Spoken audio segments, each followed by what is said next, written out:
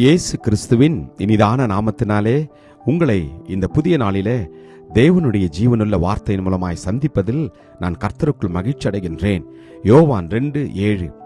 இயேசு வேலைக்காரரை நோக்கி, ஜாடிகளிலே தண்ணீர் நிரப்புங்கள் என்றார்.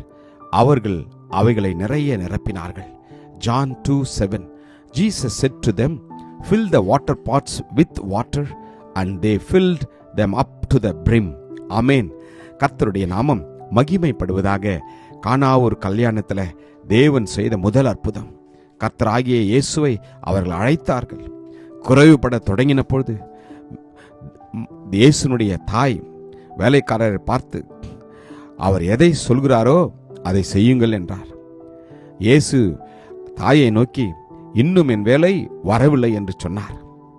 இந்த நாளிலே கர்த்தர் உங்களை பார்த்து சொல்கிறார், தேவனுடைய வார்த்தையின்படி உங்களுடைய வாழ்க்கையை நீங்கள் அர்ப்பணியுங்கள், இருதயத்தை ஒப்புக் கொடுங்கள்.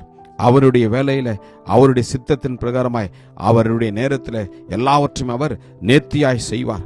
காலியான பாத்திரங்கள் தேவனுடைய வார்த்தையின்படி அவர்கள் தண்ணீரை நிரப்பின போது அது ருசியுள்ள திராட்சை ரசமாய் மாறினது. உங்களுடைய வாழ்க்கை கூட காலியாக ஒருவேளை வெற்றிடமாக இருக்கிறதோ என்று நீங்கள் கவலைப்பட்டு கொண்டிருக்கலாம்.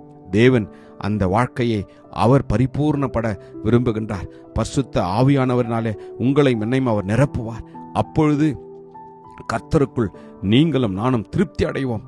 எல்லாவற்றையும் அவர் நேர்த்தியாய் செய்வார். அவருடைய நாள், அவருடைய நேரம், அவருடைய தீர்மானத்தின்படி எல்லாவற்றையும் அவர் செய்து முடிப்பார். நாம் செய்ய வேண்டியது கீழ்ப்படிய கற்றுக்கொள்ள வேண்டும். தேவனுடைய வார்த்தை நம்முடைய வாழ்க்கையில இதுவரைக்கும் நடைபெறவில்லையே, இனியும் நடைபெறுமோ என்று கேள்வி கேட்காதபடி கர்த்தர் சொன்னால் அதை நிச்சயமாய் செய்வார் என்று நம்புகின்ற பொழுது கர்த்தர் நிச்சயமாய் நமக்கு அற்புதத்தை செய்வார். லூக்காவிலே கூட நாம் வாசிக்கிறோம் 5வது அதிகாரத்தில், பேதுரு முழுதும் கஷ்டப்பட்டு ஒன்றும் அகப்படாமல் தன்னுடைய வலைகளை அலசி கொண்டிருக்கின்ற போது கர்த்தர் அந்த இடத்திலே வந்தார். இயேசு பேதுருவை நோக்கி சொன்னார், வலையை ஆழத்திலே கொண்டு போய் போடுங்கள் என்றார். பேதுரு இயேசுவை பார்த்து, ஆண்டவரே, முழுதும் நாங்கள் கஷ்டப்பட்டோம், ஆனாலும் ஒன்றும் அகப்படவில்லை, ஆயினும் உம்முடைய வார்த்தையின்படியே நாங்கள் செய்கிறோம் என்று கீழ்ப்படிந்து பேதுரு அந்த வார்த்தையை படி சென்று வலையை போட்டபடியினாலே 2 படகு நிறைய அவர்கள் மீன்களை பிடித்தார்கள். வலையை கிழிந்து போக்கத்தக்கதான மீன்களை பிடித்தார்கள். ஏன்?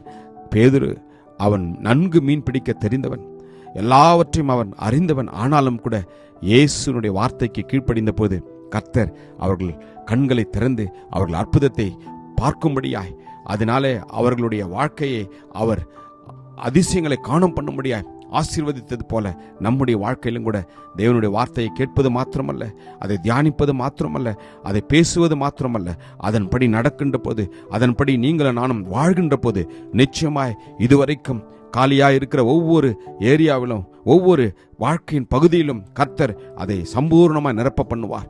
அவரால் எல்லாம் கூடும். நம்புவோமா? கிருபையும் இரக்கமும் நிறைந்த நல்ல தகப்பனே, இந்த நல்ல நாளுக்காக உமக்கு நன்றியப்பா. உம்முடைய வார்த்தையின்படி நாங்கள் ஒவ்வொருவரும் கீழ்ப்படிந்து உம்முடைய வார்த்தையின்படி நாங்கள் வாழ எங்களை அர்ப்பணிக்கிறோம் அப்பா.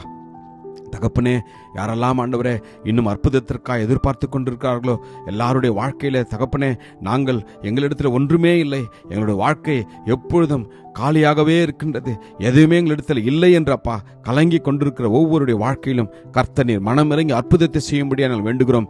கீழ்ப்படுகிற ஒவ்வொரு குடும்பத்திற்கும், கீழ்ப்படுகிற ஒவ்வொரு பிள்ளைகளுக்கும் கர்த்தர் நீர் அற்புதத்தை செய்ததற்காக உமக்கு நன்றி. ஆசீர்வதியும் இயேசு கிறிஸ்துவின் வல்லமையுள்ள நாமத்திலே ஜெபிக்கிறோம் ஜீவனுள்ள நல்ல தகப்பனே. ஆமேன். God bless you. Jesus loves you. Amen.